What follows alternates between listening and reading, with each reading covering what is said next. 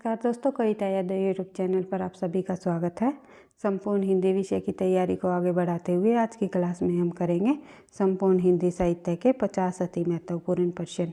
DSSB की तो तैयारी हम धीरे धीरे आगे बढ़ा ही रहे हैं। साथ ही जिस भी परीक्षा में हिंदी साहित्य प्रश्न पूछे जाते हैं, चाहे TGT PGT किसी भी स्टेट की परीक्षा हो या फिर NTA NET की परीक्षा हो, उन सभी के लिए ये क्लास काफ़ी मददगार साबित होगी। आज के प्रश्न रहेंगे वही वेरी इम्पोर्टेंट, क्योंकि बार बार परीक्षाओं में पूछे जाते हैं और आगे भी पूछे जाने की संभावना है। आज की क्लास में जो प्रश्न रहेंगे हमारे, आपको थोड़ा से कठिन लगेंगे, लेकिन हमें आसान प्रश्नों के साथ साथ कठिन प्रश्नों का भी बार बार अभ्यास करते हुए अपनी तैयारी को आगे बढ़ाना है। क्योंकि आजकल जो परीक्षाओं का प्रश्नों का पूछने का पैटर्न है थोड़ा बदल चुका है। उन्हीं के नए पैटर्न के आधार पर ही जो है हम अपनी तैयारी को आगे बढ़ाएंगे। ज़्यादा टाइम वेस्ट न करते हुए देख लेते हैं प्रश्न नंबर 1। उत्तर छायावाद को स्वच्छंद काव्यधारा किसने कहा?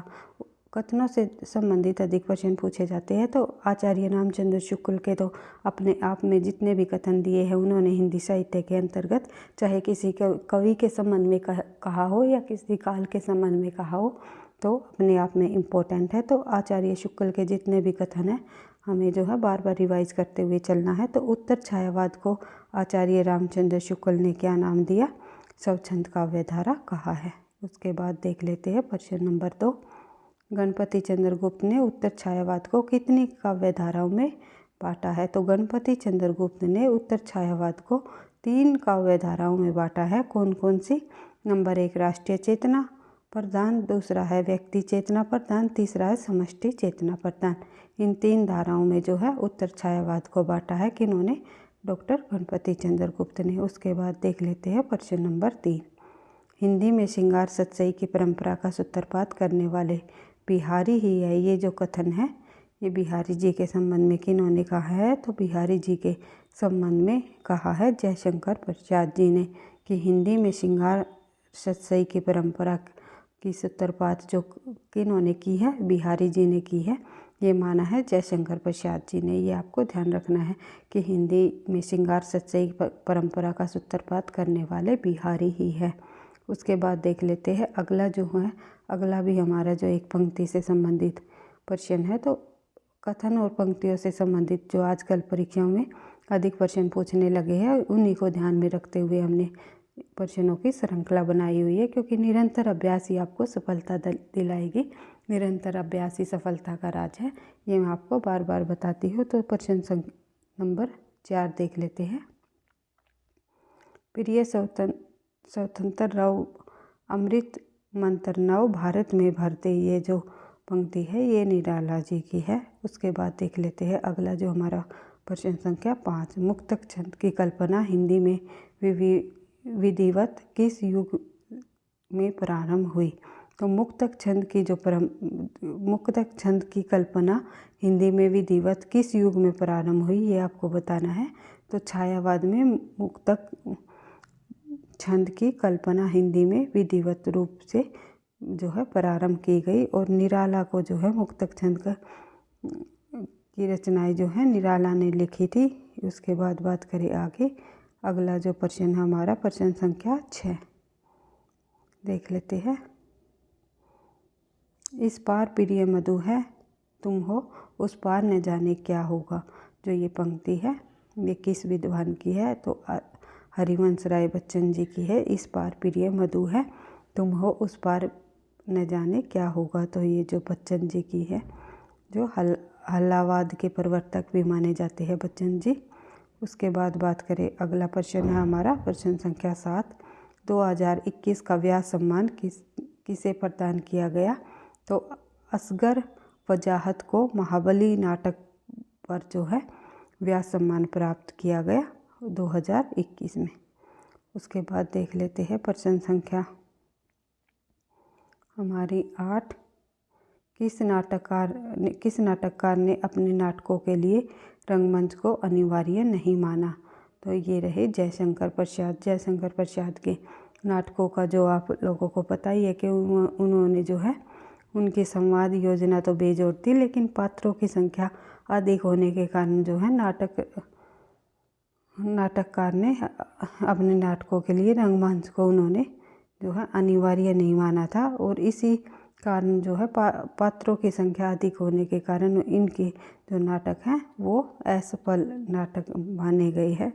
उसके बाद देख लेते हैं प्रश्न संख्या हमारी 9, त्रिशंकु निबंध संग्रह किसका है। तो त्रिशंकु नाम से जो है कई रचनाएं की गई हैं। तो कौन कौन सी, एक निबंध संग्रह है जो कि अज्ञे जी का है, ये आपको ध्यान रखना है। और त्रिशंकु नाम से जो है मनु भंडारी ने भी रचना की थी जो कहानी थी। कहानी त्रिशंकु जो है कहानी वो है मनु भंडारी की, मनु भंडारी, ये आपको ध्यान रखना है। उसके बाद बात करें आगे, और एक त्रिशंकु नाम से जो है एक रचना और की गई, नाटक जो है त्रिशंकु नाम से जो रचना की है वो है ब्रिज मोहनदास का।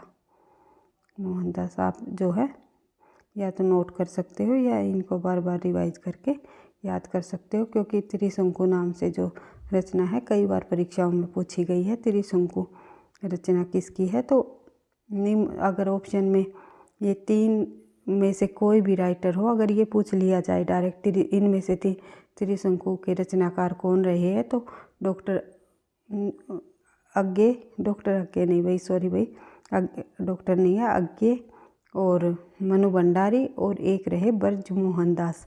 इन तीनों में से जो है कोई भी अगर ऑप्शन में आ जाए तो आंसर हो जाएगा। अगर सीधा सीधा ये पूछ ले जाए त्रिशंकु निबंध की रचना किसने की, तो अज्ञे, त्रिशंकु कहानी की रचना किसने की, तो मनु भंडारी, और त्रिशंकु नाटक की रचना किसने की, तो ब्रजमोहन शाह जी ने त्रिशंकु नाटक की रचना की है।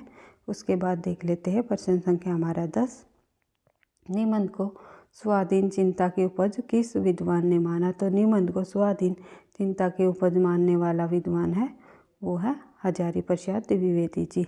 उसके बाद बात करें हजारी प्रसाद द्विवेदी जी का एक निबंध प्रसिद्ध है, कई बार परीक्षा में पूछा जाता है, नाखून क्यों बढ़ते हैं। नाखून क्यों बढ़ते हैं।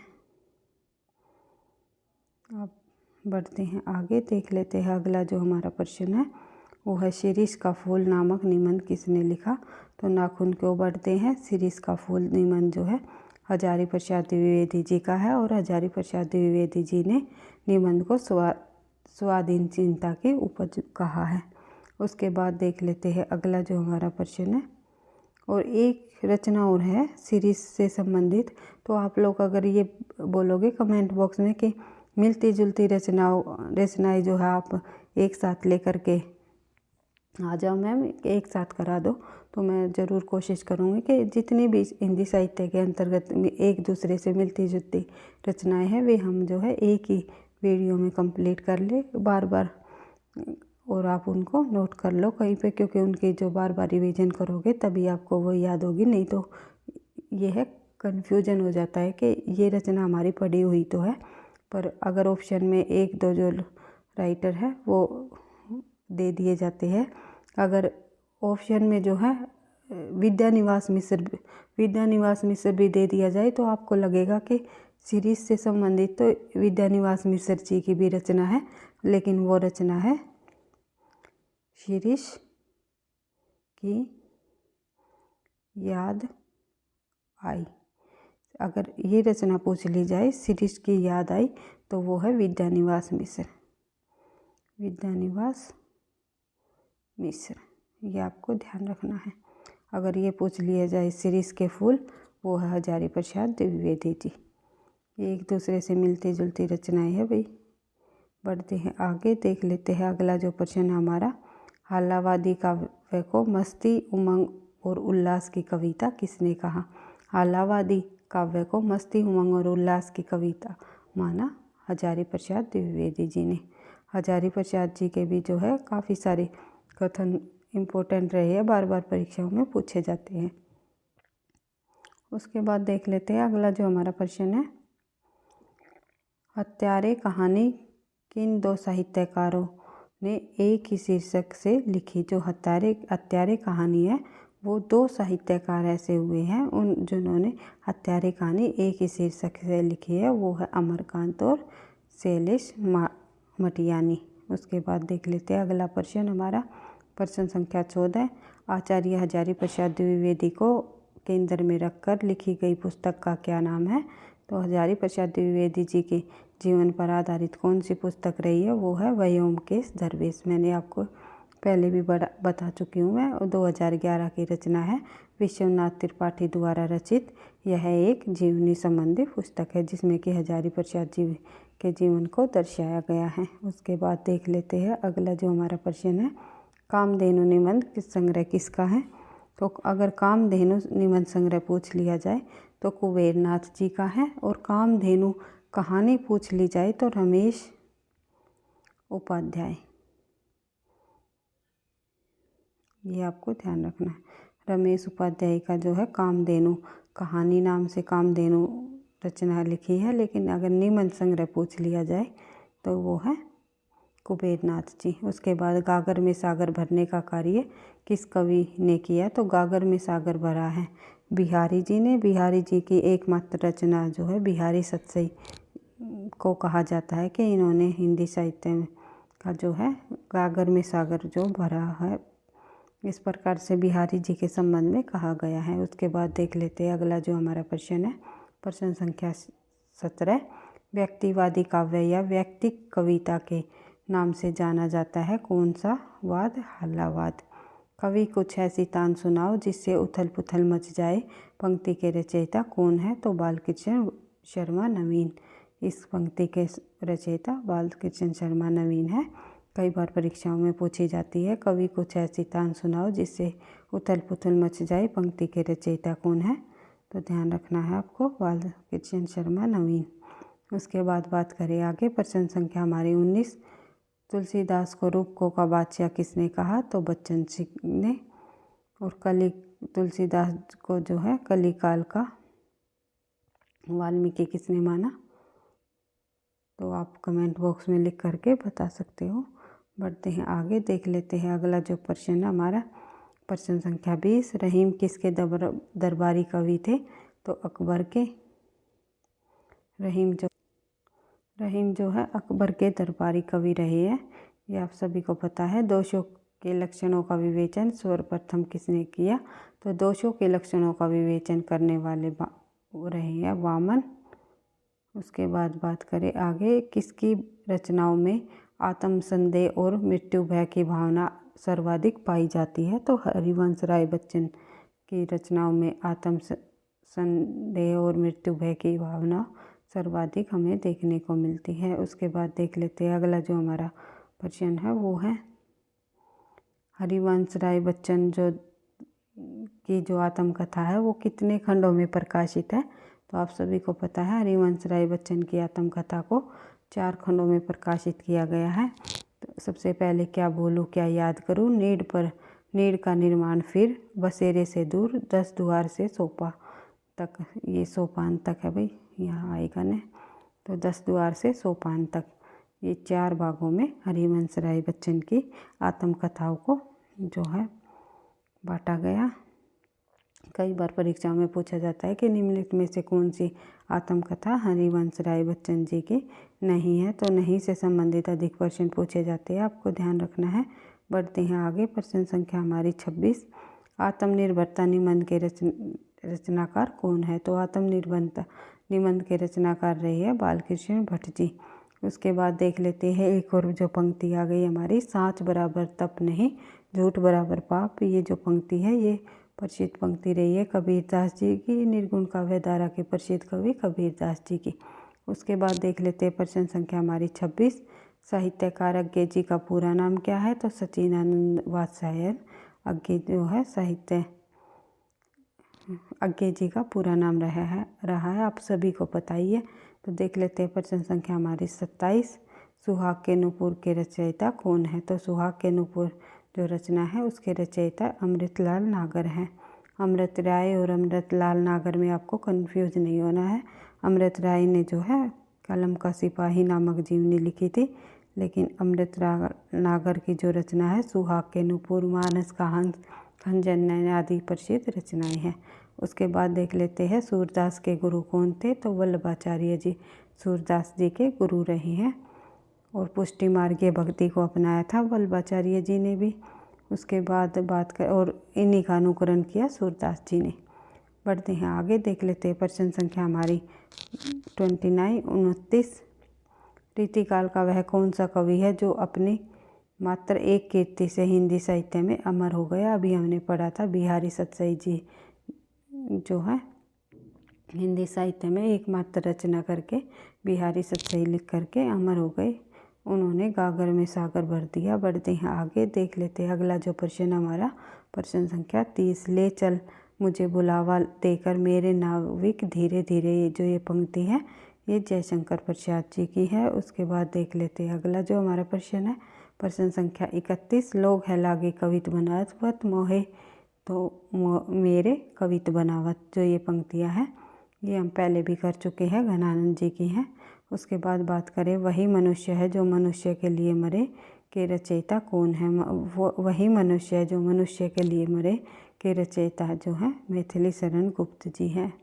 उसके बाद बात करें आगे, वापसी किस विधा की रचना है, तो कहानी है वापसी उषा प्रियवंदा की, उषा प्रियवंदा की कहानी है,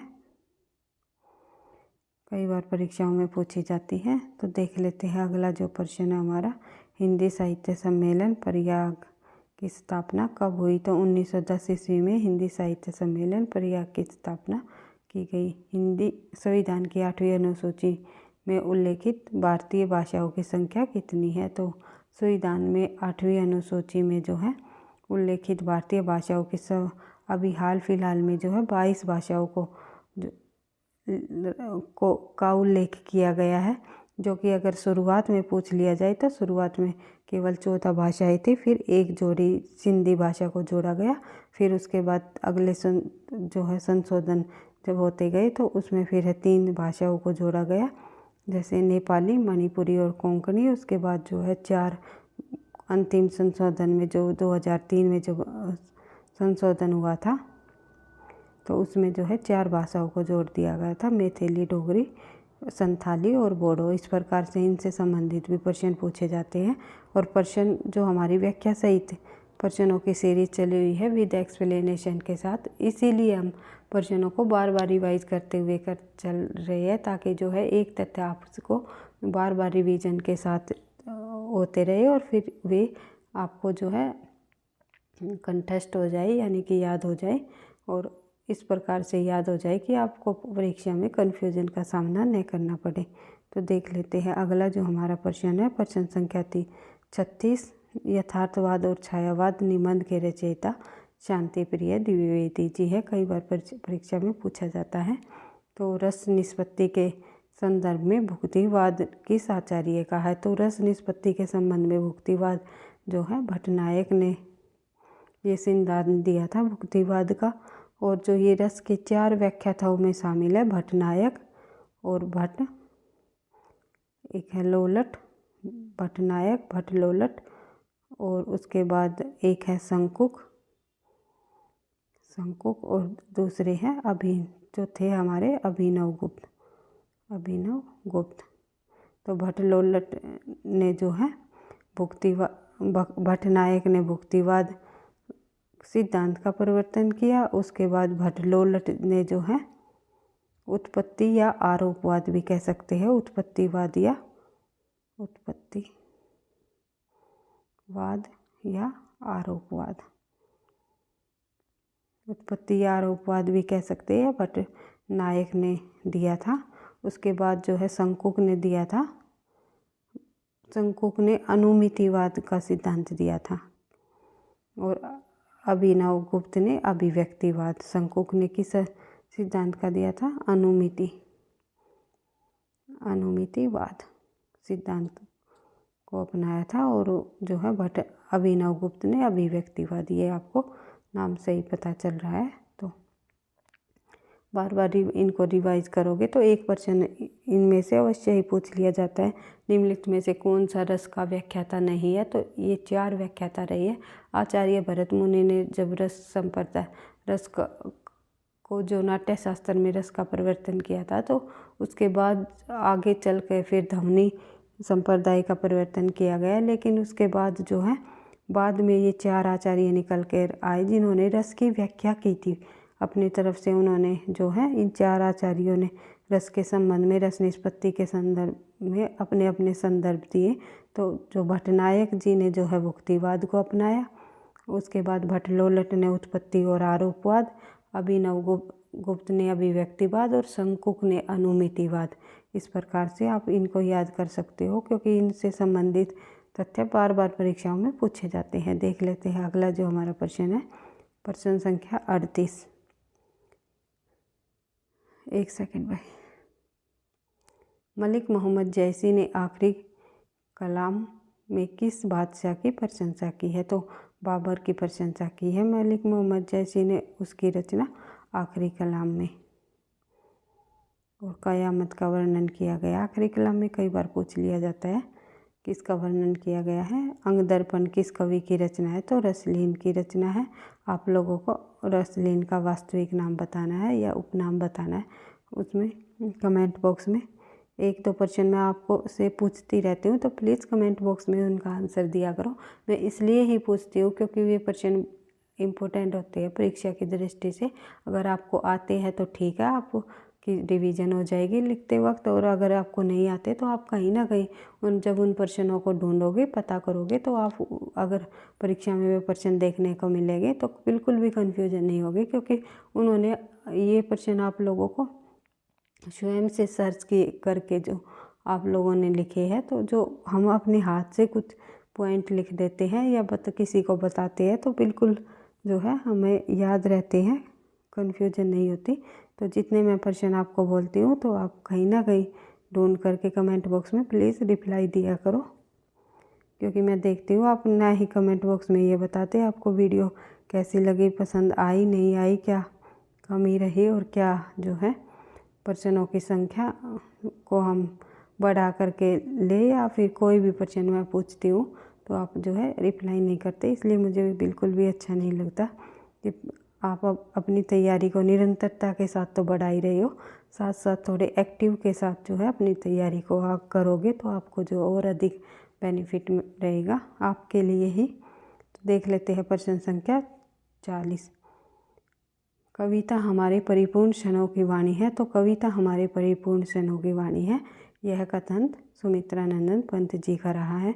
उसके बाद बात करें आगे, नव भक्तमाल जो रचना है वो राधा गोस्वामी जी की है, और भक्तमाल से संबंधित काफ़ी इम्पोर्टेंट रचना है ये भक्तमाल। और भक्तमाल से नाम से जो है कई रचनाकारों ने रचनाएं लिखी है, मिलती जुलती रचनाएं है। तो हम देख लेते हैं कौन सी रचना किस लेखक की है, क्योंकि ये 4-5 भक्तमाल नाम से जो मिलती जुलती रचनाएं है कहीं ना कहीं पिछली परीक्षाओं में पूछी जा चुकी हैं। तो ध्यान रखना है आपको, नव भक्तमाल नाम से जो रचना लिखी है वो राधा कृष्ण दास जी ने लिखी है, सॉरी भाई, राधा चरण गोस्वामी ने लिखी है। राधा कृष्ण दास तो भारतेंदु जी के फुफेरे भाई है, उन्होंने नहीं लिखी। तो नव भक्तमाल नाम से रचना राधा चरण गोस्वामी जी ने लिखी है। फिर है उत्तर भक्तमाल। उत्तर भक्तमाल आपको पता ही है भारतेंदु जी की रचना है। फिर है भक्तमाल। भक्तमाल तो प्रसिद्ध रचना है ही नाभादास जी की। फिर है भक्तनामावली। भक्तनामावली जो है ध्रुवदास जी की रचना रही है। बढ़ते हैं आगे, अगला जो हमारा प्रश्न है देख लेते हैं, रचनाओं से ही संबंधित है ये भी। एकलव्य के नोट्स किसकी है? तो एकलव्य के नोट्स जो है फणीश्वरनाथ रेणु जी की रचना है। एक कस्बे के नोट्स जो है नीलेश रघुवंशी जी की है। उसके बाद देख लेते हैं एक पति के नोट्स जो है महेंद्र भल्ला के हैं, कई बार परीक्षाओं में पूछा जाता है। एक पति के नोट्स, एक पत्नी के नोट्स, एक से ये मिलती जुलती रचनाएं हैं। तो हम देख लेते हैं, बीच बीच में मिलती जुलती रचनाएं जितनी भी है उनको हम इसी प्रकार से करते हुए आगे बढ़ेंगे, या फिर आप अगर कहोगे तो एक क्लास में मैं आपको करा दूँगी। तो देख लेते हैं, एक पत्नी के नोट्स जो है ममता कालिया के हैं, और एक रचना और है वो है पेरिस के नोट्स। पेरिस के नोट्स, ये रचना किसकी है? ये है, एक लेखक हुए हैं राम कुमार वर्मा। राम कुमार वर्मा, एक पेरिस के नोट्स जो रचना है वो राम कुमार वर्मा की है। आई होप आपको समझ आ रहा होगा। तो देख लेते हैं अगला जो हमारा प्रश्न है, प्रश्न संख्या 49। प्रेम और रोमांस का कवि किसे कहा जाता है? प्रेम और रोमांस का कवि जो है रमेश्वर शुक्ल अंचल जी को कहा जाता है। तो प्रेम और रोमांस का कवि अंचल जी को कहा जाता है। और एक जो कि रमेश्वर शुक्ल जो अंचल जी है वो जो है मानसलवाद के प्रवर्तक भी माने जाते हैं। मानसलवाद के प्रवर्तक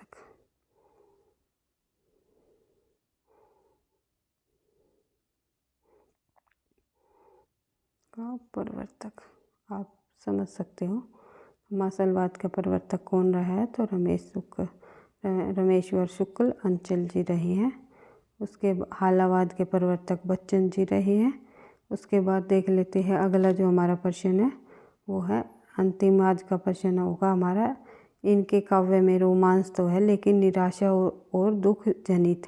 तो ये जो किसके बारे में कही गई पंक्ति है, किसके बारे में कहा है, किसके काव्य के बारे में ये बताया है कि इनके काव्य में रोमांस तो है लेकिन निराशा और दुख जनित है। तो ये जो बात कही है ये नरेंद्र शर्मा जी के संबंध में कहा गया है। और नरेंद्र शर्मा जी हैं हिंदी साहित्यकार के अंतर्गत वे एक गीतकार माने गए हैं। गीतकार रहे हैं जैसे कि दुष्यंत जी जो है गज़लकार लेखक रहे हैं और नरेंद्र शर्मा जी जो है एक गीतकार लेखक रहे हैं। उन्होंने कई बार नरेंद्र शर्मा जी की रचनाएं भी पूछ ली जाती है जो कि इनकी रचनाएं है प्रसिद्ध प्रभात फेरी नरेंद्र शर्मा जी की रचना है। एक है प्रवासी